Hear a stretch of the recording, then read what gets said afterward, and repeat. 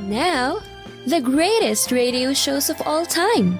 Suspense. The Shadow Node. Washington calling David Harding, counter-spy. Classic radio theater. The Great Gildersleeve. Fibber McGee and Molly. Dragnet. Gunsmoke. The Lone Ranger. Now, step back into a time machine with your host, Wyatt Cox. Good evening, friends of the Inner Sanctum. Crime drama with Dane Clark, starring in Crime and Peter Chambers, a short-run show, ran about 6 months. This podcast from May 18th, 1954 is entitled La Grand Maison, Third Booth. Crime and Peter Chambers.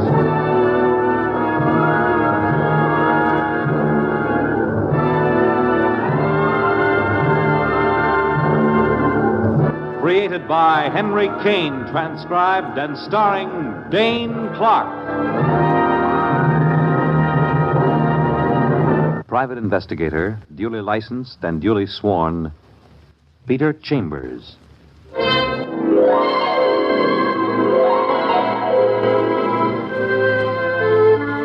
You're a private eye. That's your business. Anything else, that's for laughs. You're sitting in a little French restaurant enjoying the onion soup. But it's not the onion soup that brought you here. Rather, it's a prospective client.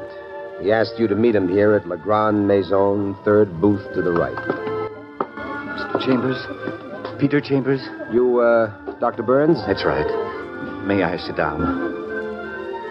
Dr. Philip Burns, tall, black-haired, black-eyed, and he looks more worried than Papa when his teenager hasn't met her curfew. I'll begin quickly, Mr. Chambers. I asked you to meet me here because it's near my office and I can't get away for long. Well, you're the client. Case history, then. I'm married, wife and 2 small children, who, at the moment and for the next 3 months, are vacationing in the White Mountains. And I'm a dentist. And you're supposed to have quite a lot of money by inheritance. Yes. Now, about this Grace Chandler. Oh, yes, you mentioned her when you talked to me on the phone. Right. Patient of mine, with whom I've become rather well acquainted lately. I understand, Doc. Now, where do we fit the prosaic private eye into this? Well, about 2 weeks ago, at 9 o'clock in the evening, I was home. My family had already left on vacation, and I was about to go out for a date with Miss Chandler. Oh? I saw no harm in it. We were just good friends. Yes, of course. I received a phone call from an important patient, a Mrs. Griffin. She said it was an emergency. I asked her to meet me at the office, and I rushed over there. And this is what happened. I got to the office, walked into my operating room, and there was a man, a strange man, sitting in the operating chair. He had a gun in his hand. This is a nice little 38 you got, Doc. Is that mine? It's yours, all right. Got it out of your cabinet over there. What do you want? What are you doing here? I'm going to use the gun, Doc. And I'm going to use it on you. That's what I'm doing here. But I don't understand. You know a Grace Chandler? Yes. I'm her husband. Now do you understand? He rose up out of the operating chair, a tall man with white hair and a white mustache. He lunged toward me, and suddenly the lights went out. But I grabbed at him, and we fought furiously. And then somehow I had the gun. But his fingers were at my throat, throttling me. In self-defense, I pulled the trigger. I got up and groped in the darkness. I tried to find my flashlight, but it was gone.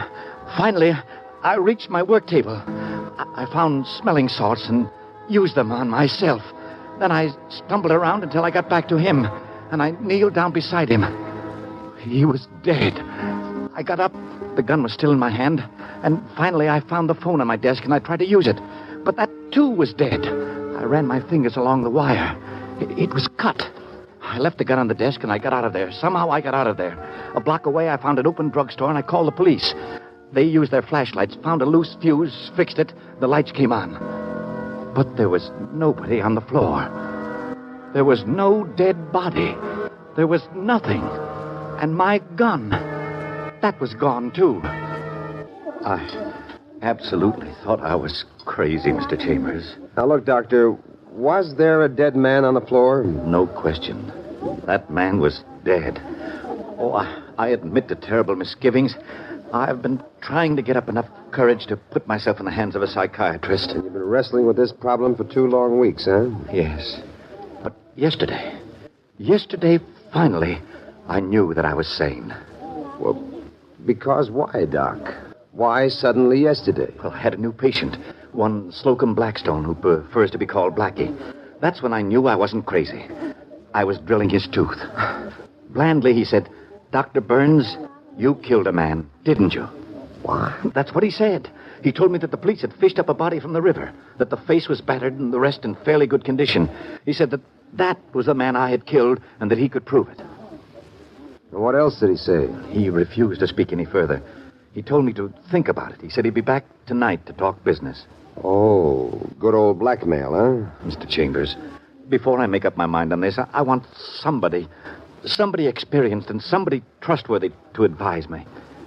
You're that somebody, sir. Huh? Good enough. Now, what time is this Blackie coming to your office for that talk? At 8 tonight. Okay, I'll be there at about 7:30. And to anybody at all, I'm a new patient. Now, let me see. I'm Martin Barnett. All right, Mr. Chambers. Barnett. Anything you say.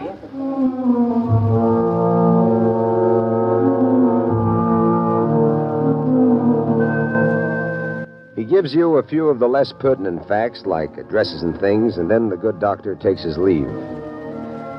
You order another onion soup, but you're no longer an epicure. Everything tastes lousy to you. So you pay and you blow. You have a short visit with a rich witch by name of Griffin, and it causes a lifted eyebrow.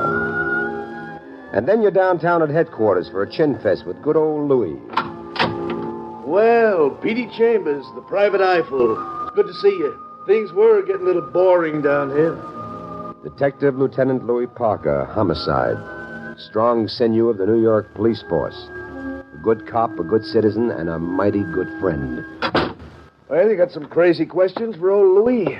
Things have been rolling so normally around here, we've begun to miss you. Crazy clients, crazy questions. Well, since I pride myself on being a gentleman, I won't add crazy private eye. Well, got any crazy corpses around your morgue? That's my Pete. Never fails. Have you? Crazy corpses. Like how? Oh, like maybe one that likes to walk around after he's dead. Or that maybe has a special passion for stealing a gun from a dentist. You building up to something, Pete. Or that maybe has 3 bullet holes in him. No face. Just a minute. What do you know about what we've got in the morgue, pal? Don't know nothing, pal. Why you here, pal? 'Cause I love you, pal. Now, look, Pete. Now, look, pal. If it so happens by some peculiar circumstance you're harboring a corpse in your public morgue that meets with the specifications laid down by the private eye, then as a favor, the private eye would like a look-see in the public morgue. And what else? Oh, a little chop-chop. Chop-chop? You know, talky-talky. All right, trouble. Let's go to the morgue. Talk.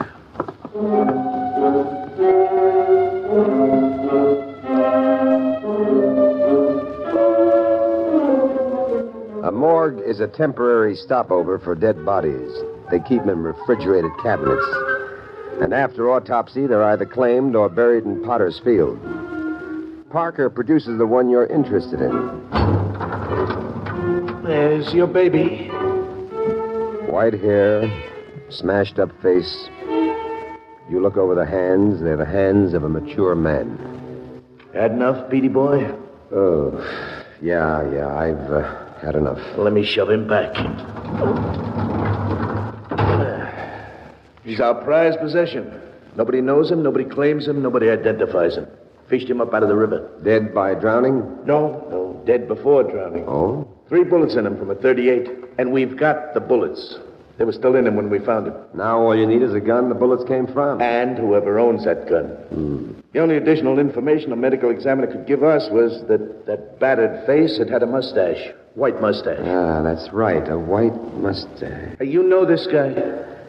No. Now, I want you to level with me, Pete. Okay, Lieutenant, let us level. I've got a case that might involve our Mr. Unknown. So far, it's confidential, but, well, let me spread my wings a little, and I'm liable to fly right back to you. May 18th, 1954, Crime and Peter Chambers on Classic Radio Theater with Wyatt Cox.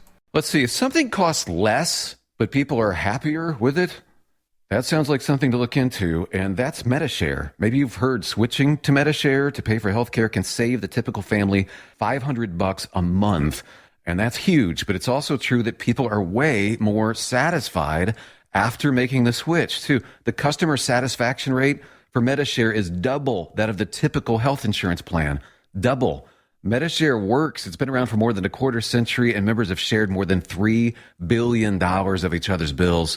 People love having telehealth and a huge nationwide PPO network. So, yeah, you can save a ton and like it better. Imagine being happy with how you're taking care of your health care. So if you're self-employed or part of the gig economy, or you just want a plan you're happy with, you can call right now and get a price within 2 minutes. A very, very smart use of 2 minutes. Here's the number you need. 833-34-BIBLE. That's 833-34-BIBLE. 833-34-BIBLE.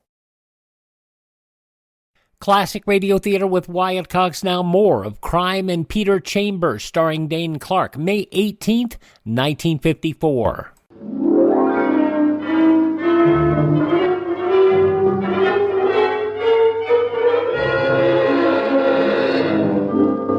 So, at 7:30 that evening, you keep your date. You're seated in the operating chair at Dr. Philip Burns' office, which is on 86th Street. One flight up, and the good doctor is drilling. There you are, sir. Rinse, please. Janet, would you fill Mr. Barnett's cup again? Yes, Doctor. Here you are, sir. All in all, I'd say you have an excellent set of teeth, sir. Thank you, but the drilling I can live without. Spoken like a good, normal American citizen. Doctor, do you want me to make out a card for Mr. Barnett, Martin Barnett. Mm-hmm. Oh, Mr. Barnett, my nurse, Miss Janet West. How do, Miss West? How do you do, sir? Janet West. A tall brunette with eyes like saucers. And going from saucers to saucy. That was her expression. Saucy, pert, and very cute. There's no reason to keep you this late, Janet. I'll take care of the paperwork, the card and things for Mr. Barnett. Thank you, Doctor. But if you wish... No, run along now. Let me see now. Bicuspid, upper molar... Doctor, we talk now? Rather not. She'll be ready to go in a second. Oh, here she is now. Good night, Doctor. Mr. Barnett. Good night, Janet. Night. All right, now, where'd you keep that gun? Right there in that cabinet. You have a license for it? Of course. And your flashlight? Right here in this drawer. Have you come up with anything at all, Mr. Chambers? Well, two things. There's a stiff down at the morgue that tallies with what Mr. Blackstone told you. And I checked with Mrs. Griffin. She never called you that night. Doc, what's in this room back here? Oh, that's my workroom. Connects directly with the operating room here. Will I be able to listen from in there? Oh, sure. Where's that from? Outside, the waiting room. What time is it? 8 o'clock. That's our boy. Okay, lock me in here. That's it. And remember, listen him out and stall him.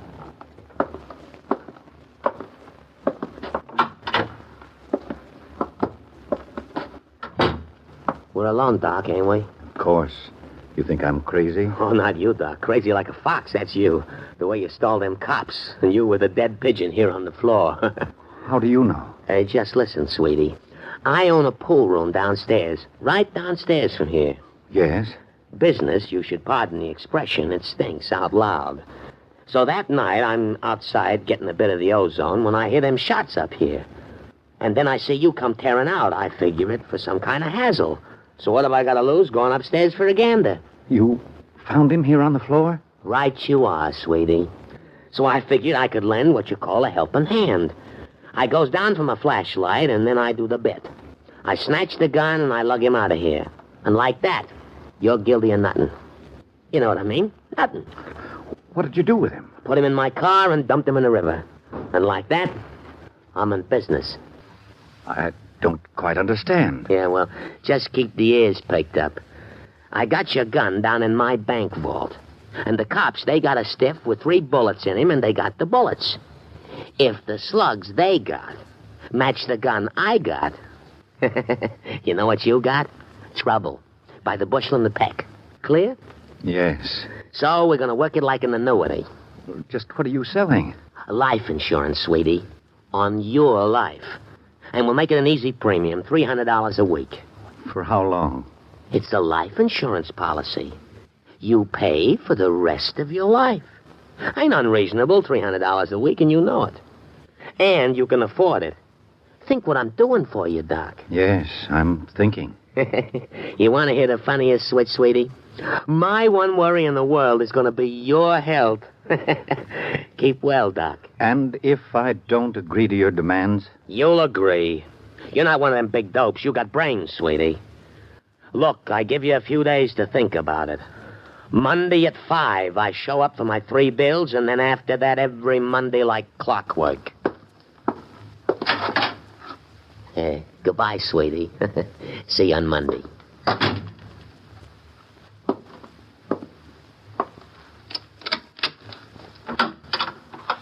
Is he gone? Yes. A real cutie, that one. Yeah, real cute. What are you going to do, Doc? Going to pay him. And what happens when he raises the ante? They always do, Doc. Well, what's your advice, Mr. Chambers? Oh, you mean I'm still working for you? Blackie stated the deadline, Mr. Chambers, for both you and me.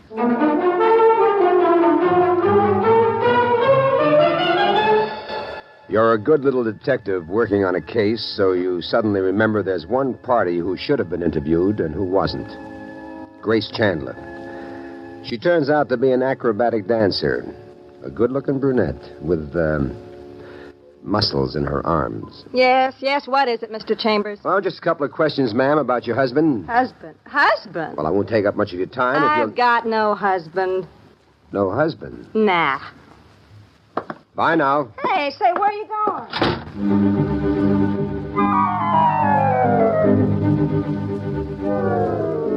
The rest of the day develops nothing. And so the next day, at about 7 o'clock in the evening, you're outside Doc Burns' office ready for a bit of a tail job on Janet West. She leads you all the way to Riverdale.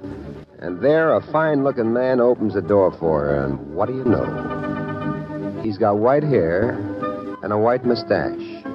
Real nice face. You've seen pictures of him many, many times.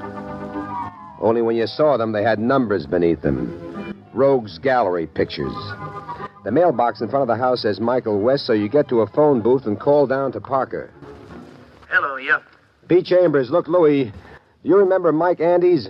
The old confidence man? That's the one. Is he still in operation? Not lately. Not that I heard. Well, you're gonna hear. Did he have a daughter, that guy? Yeah, chip off the old block. Larceny runs in the family. Well, come and collect them. What? What are you talking about? He lives up at Mamaroneck, 1897 Belmont Avenue. He lives under the name of West. Pick up both of them, the father and the daughter. Oh, now look, Pete, way up there, I'd be happy to do you a favor, but I'm homicide, remember? I got more important things to do than worry about confidence. Louis, how's the stiff in the morgue, the one with the bullet holes? Well, he's still stiff, still unidentified, still a puzzle to me. Well, I'm in the process of solving that puzzle, Lieutenant. Well, Pete, you mean... Yes, I mean. Pick these two up and deliver them to the office of Dr. Philip Burns, 86th Street. Pick up Doc Burns, too. Have him there at 10 o'clock. Keep the old man downstairs out of sight till I show up, and don't give anybody any explanations whatsoever. Okay. I'll see you in Doc Burns' office. I'll have the doc there and the girl there and the old man stashed away outside. Goodbye now. Gotta go and get the old horse and buggy.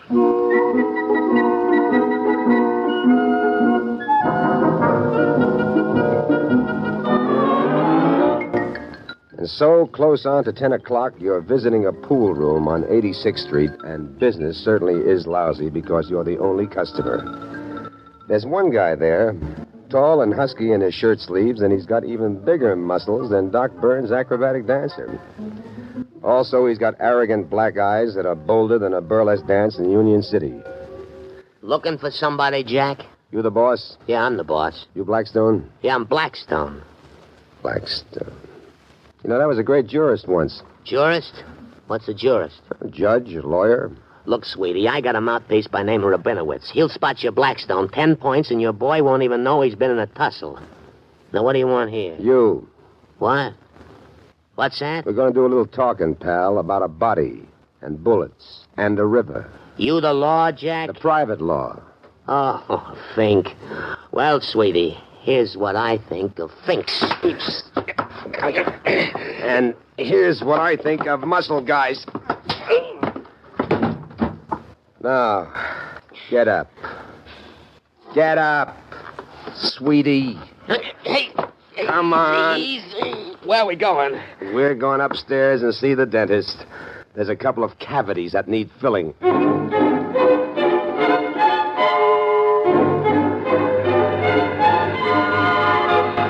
Upstairs, you join the cast of characters, and Parker shakes hands with you. Hiya, Pete. Everything taken care of. Who's your boyfriend? What? What's going on here? They're all there except old Mike, plus a lot of cops. And Doc Burns' eyes are popped like he's studying Grace Chandler's muscles. And the conclusion of Crime and Peter Chambers, starring Dane Clark, along with the conclusion of a yours truly Johnny Dollar story, The Medium Well Done Matter, that comes up next. But first, some very important words from your favorite station when Classic Radio Theater with Wyatt Cox continues. No offense, but are you a little fat when you look in the mirror? How would you like to learn the secrets to lose 3 to 5 pounds a week easily without joining the gym or going through any crazy diets? It's called Body Sculpt by Med Diet. For the last 2 decades, we've been helping people just like you that have pounds they want to shed. We've helped millions of people lose thousands and thousands of pounds over the years. And now it's your turn. Learn the secrets of how to lose weight with one simple phone call. You'll see an amazing difference in a matter of days. Don't believe us? We'll offer you a money-back guarantee. If you're ready to start losing weight right now, call right now to learn more about your risk-free order to Body Sculpt. Call for your risk-free offer. 800-738-5332. 800-738-5332. 800-738-5332. That's 800-738-5332. Are you in bad pain? You know what I mean. Your knees hurt. Your shoulder hurts. Your elbow and back are constantly killing you. And I'm sure you've tried every pain pill or cream available at the drugstore. Am I right? Well, here's something you haven't tried. Pain Magic. Pain Magic is not available at any drugstore. The only place you can get it is by calling the special toll-free number I'm about to give you. And to make things even better, call right now and find out about our buy one, get one free offer. We're so confident it'll work for you that we offer a free bottle with your purchase. No prescription required. Call now to learn how you can get Pain Magic and get rid of your pain. Remember, your results may vary. 800-492-8164. 800-492-8164. 800-492-8164. That's 800-492-8164.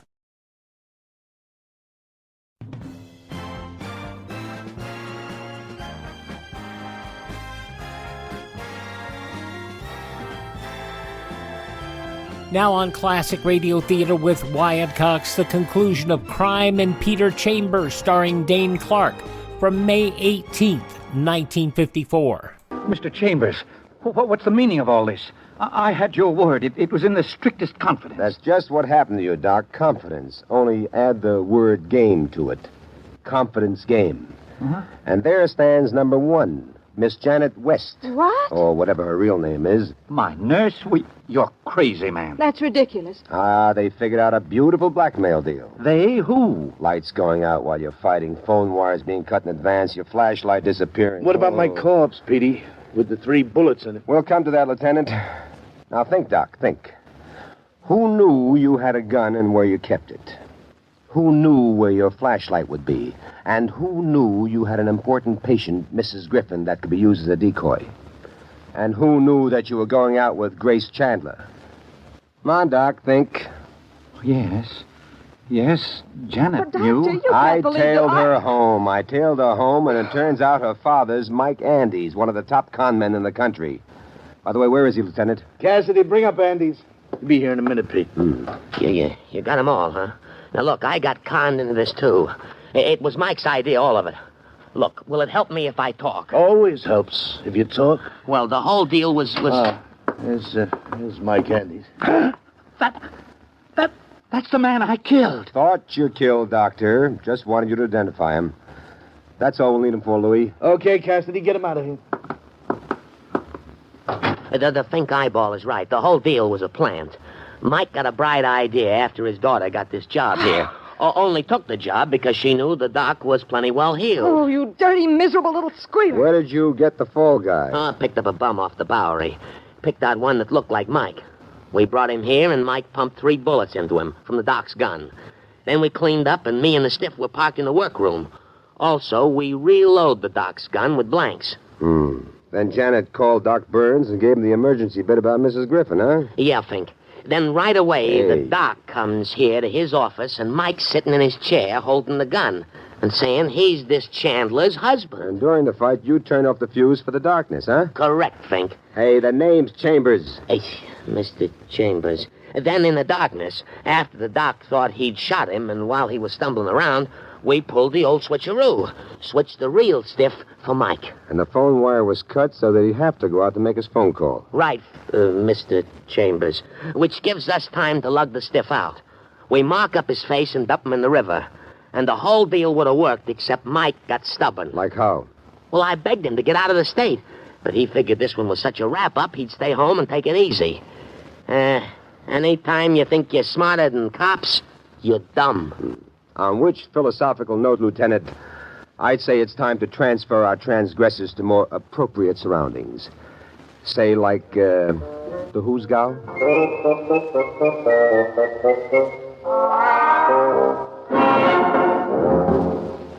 And there you've had Crime and Peter Chambers.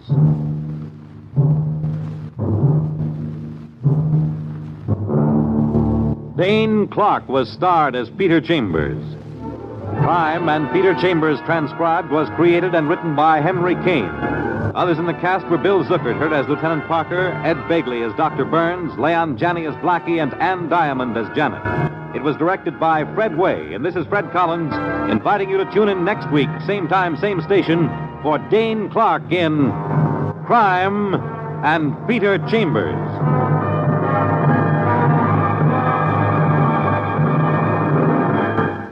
May 18th, 1954, Crime and Peter Chambers on Classic Radio Theater with Wyatt Cox. Are you suffering with arthritis or osteoporosis? Do you have diabetes? Did you know that these are just 2 of the hundreds of diseases that have seen improvement with Dr. Wallach's incredible longevity products? You can't get them at a health food store. The only way to get them is to call us at 800-214-0065.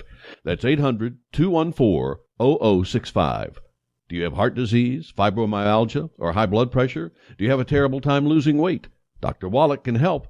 He was a veterinarian and cured diseases in animals. He felt that he could do the same for humans, so he became a physician. Over 50 years of research and helping people like you goes into every bottle of Dr. Wallach's amazing discoveries. Do you want to feel better? Learn how to treat the cause of your problem rather than covering up the symptoms with drugs. Call 800-214-0065.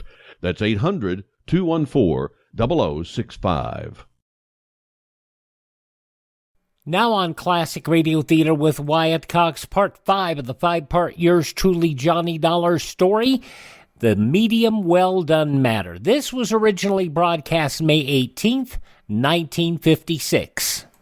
From Hollywood, it's time now for Johnny Dollar. Good morning, Johnny. This is Carol. Oh, hi, Carol. Sleep well? Johnny, you were so quiet on the way back from the seance last night. I hope it's because Madame Morgana convinced you of her powers as a medium. How much did you pay her for that seance, Carol? $100. $100? Want to meet me in the coffee shop downstairs for breakfast? I'd love to. 15 minutes? 15 minutes. Goodbye. Oh, and weren't you thrilled to hear the voice of your dead brother again? Yeah. Bye. Except that I never had a brother.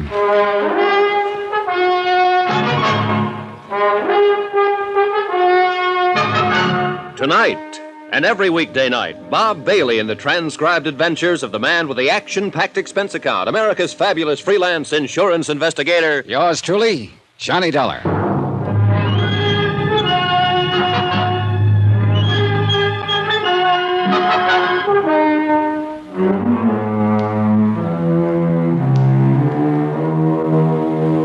Expense account submitted by Special Investigator Johnny Dollar, location New York City. To the Universal Adjustment Bureau, Hartford, Connecticut. Following is an accounting of expenses during my investigation of the matter of the medium. Well done. Expense account item 18, 10 cents, phone call to Carol Sharp. Item 19, 10 cents, phone call to Sergeant Randy Singer. Hey, I thought you were coming down here to headquarters this a.m. It's nearly 10 o'clock. As soon as I've had some breakfast, your lab get those films developed for me? They're working on them right now. And did you put a tail on David Sharp? Carol's brother? Yeah. I suppose you know he was over there in the neighborhood of that seance over in Jersey last night. I would have bet on it. Didn't you see him there? No. Oh, that's funny. Just keep that tail on him. See you later.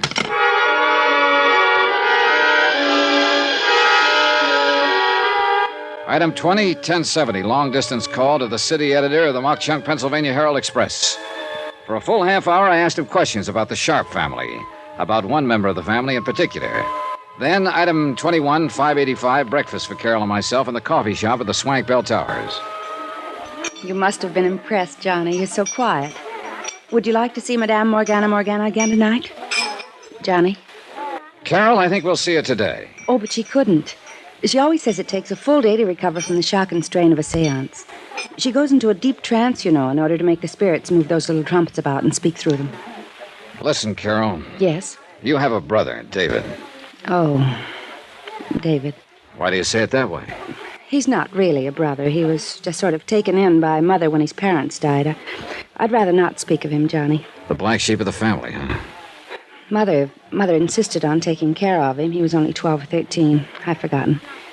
Father didn't want to, but he permitted it. Why didn't he want to? Because David's father had been a criminal, and his father before him. Even David's mother was... and my father was afraid. Yeah, but blood would tell. Yes. Your father left money to him, along with the rest of you. Yes, he did. But not as much. And David has resented that. But no matter how much he had, he wouldn't have enough. His sports cars, the fast company. Johnny, how did you know about Listen, that? Carol, I'm an insurance investigator. What? I came down here to look into this matter of your wanting to change the beneficiaries of your policy, to cut off your mother and brothers in favor of this medium and Tony Ricardo. Johnny, I hate you for this. Why didn't you... I didn't dare let you know until I found out a few things. This is the most... And I think I have. Including the fact that Madame Morgana, who persuaded you to make the change, is nothing but a clever fraud. No, that isn't true. And I'll prove it to you. If you'll call your boyfriend, Tony Ricardo. Tony... Take him down to the 18th Precinct Police Station where I'll be waiting for you. But Tony hasn't... You think because his father was a kind of gangster years ago... In Tony's case, I hope blood won't tell. 18th Precinct, both of you. All right, Johnny, we will be there.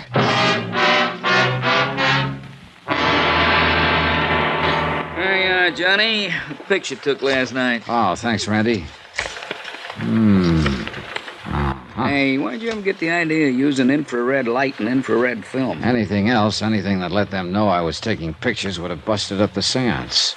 Hey, look at this one. Yeah, I'd like to publish those. Scare a lot of those phony psychics out of business and out of town. Oh, here's the one that I'd like. Mr. Dollar, we're here.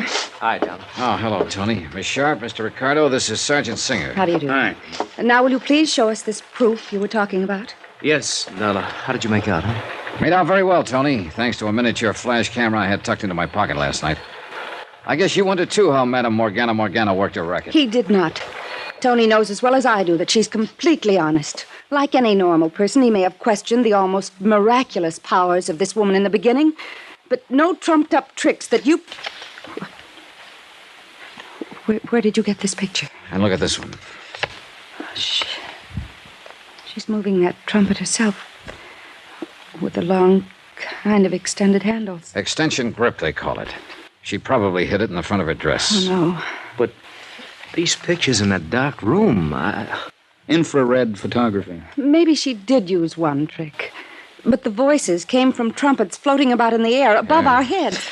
Then look at this one. Taken when your father was supposed to be speaking to you. Oh, no.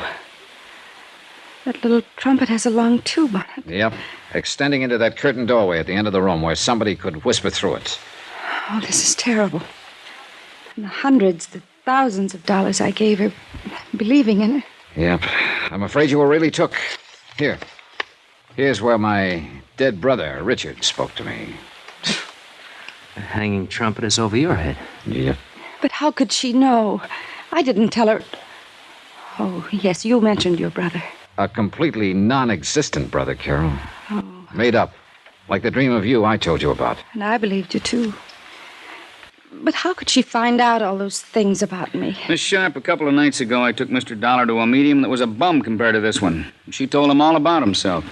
Have you forgotten what I found out about you and your brothers just in the last 24 hours? Oh, I don't know what to say. Don't try. We've still got to pin this whole thing down. I'm sure this Madame Morgana wasn't working alone. But who could be... How about it, Tony? No. No, not Tony. Just because his father was... Oh, no, please. Oh, thanks, Colin. I got a report here, Johnny. Apparently he's moved again. And you guessed right. Yeah. Then we better get going. Can we use a prowl car? No, but we can get an escort as far as the city line. Then come on, all of you. The cabbie, with his accelerator on the floor, had a ball trailing our escort across town. And we had to hold him down when we finally reached the Jersey side. Randy Singer obviously had no authority over there, but as it turned out, I'm glad he came. When we pulled up to the home of Madame Morgana, I couldn't help noticing a Studebaker Golden Hawk sticking out from behind the house with a Pennsylvania license. I wasn't the only one to notice it. Johnny, that looks like David's car. I think it is. Come on. Johnny, I'm out of my jurisdiction. Oh, yeah, maybe you better wait. Yeah. Oh, Johnny, I knew David was bad, but... I still can't believe it. I know how you feel, Carol, and I'm sorry. Mr. Dollar... Wait a minute. Johnny, if you do a thing like this... I'm ready for anything. Look, Mr. Dollar, why don't just you and I go in? If anything happened to Carol, I'd never... Oh, Carol, dear. And Mr. Ricardo and Mr. Dollar. Hello, Madame Morgana. Do you mind if we come in? Why, no. But not for another meeting, of course. The strain of last night's convocation is still with me, I'm afraid. Yeah, maybe you ought to up the price for your next seance. But there ain't going to be no more. Mr. Dollar, I don't understand. Come on, Carol, Tony. We're going to look over that seance room in broad daylight. No, you can't. I won't let you destroy the sanctity of that room. Oh, yes, you will. I'll lay it on the line to you, madam, whatever your name really is. This monkey business of yours has gone far enough. So this is the room. What terrible things you're saying. You take a thing like spiritualism that a lot of honest people believe in and make a dirty racket out of it. Carol, this man is mad. Make him leave this sacred place at once. Carol, what right have you to make such horrible implications? Implications? Those were accusations. Would you like to see how those spirits of yours move trumpets around in the dark? They couldn't be seen. And how those spirit voices suddenly appear out of thin air? Look at these pictures. Oh.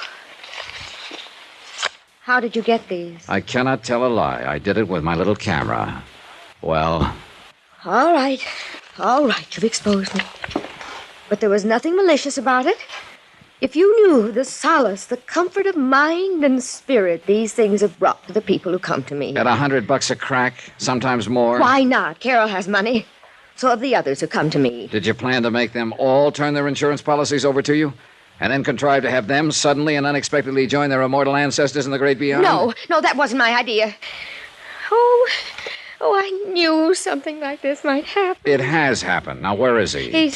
No, I don't know what you're talking about. Your assistant or colleague in crime would be a better word, who stood inside the curtained door of the seance room and made with the phony voices of the dead, who gave you all the information on Carol, who's probably done a nice little research job on me since my visit last night. Yes, Mr. Dollar. David. I know all about your activity as an insurance investigator and why you're here. But it's not going to do you any good. Oh, put that thing down and give yourself up, David. So you're the one who arranged for me to be a beneficiary of Carol's policy, huh? Stand back. So that suspicion would fall on me when something happened to her? Of course. And give us a chance to clear out. But now it's too late. And now that you've found us out. Well? David, no. The light somebody turned on. Look out, Della! Look out!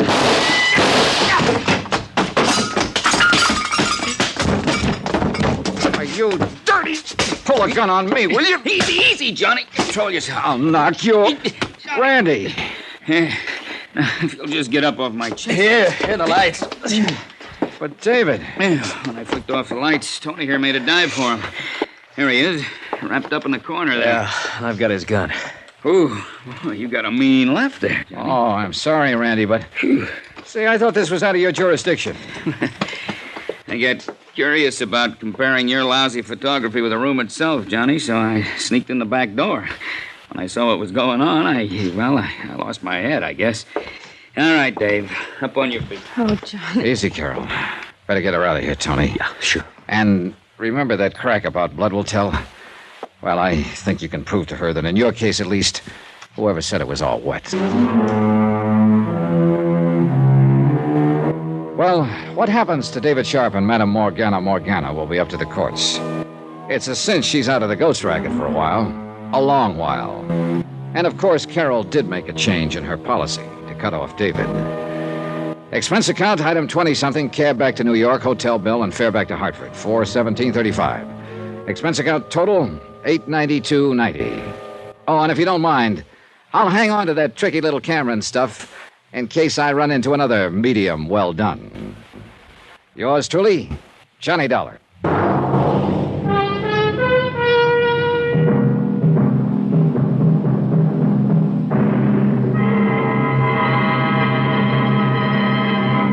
Now, here's our star to tell you about next week's intriguing story. Next week, the tears of night matter.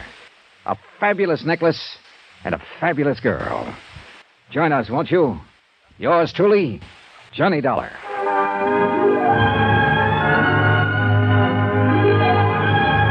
Yours truly, Johnny Dollar, starring Bob Bailey, is transcribed in Hollywood. It is produced and directed by Jack Johnstone, who also wrote this week's story. Heard in our cast were Virginia Gregg, Lawrence Dobkin, Lorene Tuttle, Harry Bartell, Eleanor Audley, Joseph Kearns, Herb Vigran, Junius Matthews, Tony Barrett, and Sam Edwards. Musical supervision by Amerigo Marino. Be sure to join us on Monday night, same time and station, for another exciting story of yours truly, Johnny Dollar. Roy Rowan speaking.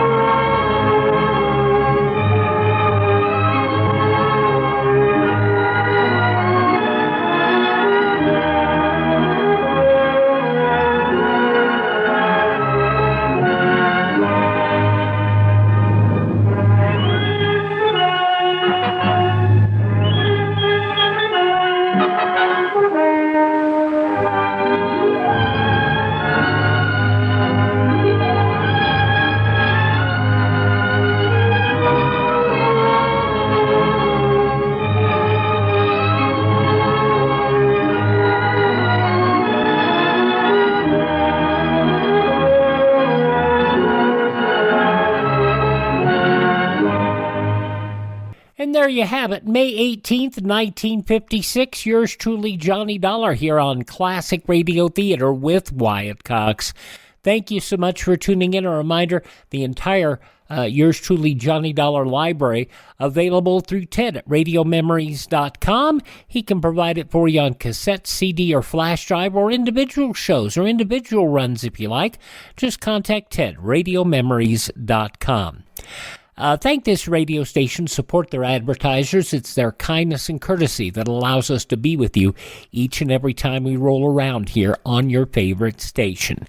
And if you miss a day, you don't have to miss a single show. You can find all of our shows on demand at my webpage, classicradio.stream. There you can stream the shows on demand, learn more about classic radio collecting. You can get our social media links, or you can contact me there, classicradio.stream. And, of course, our shows are available at Spreaker, at TuneIn, Apple Podcasts, Google Podcasts, Spotify. Just look for Classic Radio Theater with Wyatt Cox. Classic Radio Theater with Wyatt Cox. Thanks for tuning in. Tell all your friends the great radio shows are right here at this spot on the dial. Classic Radio Theater with Wyatt Cox on your favorite radio station.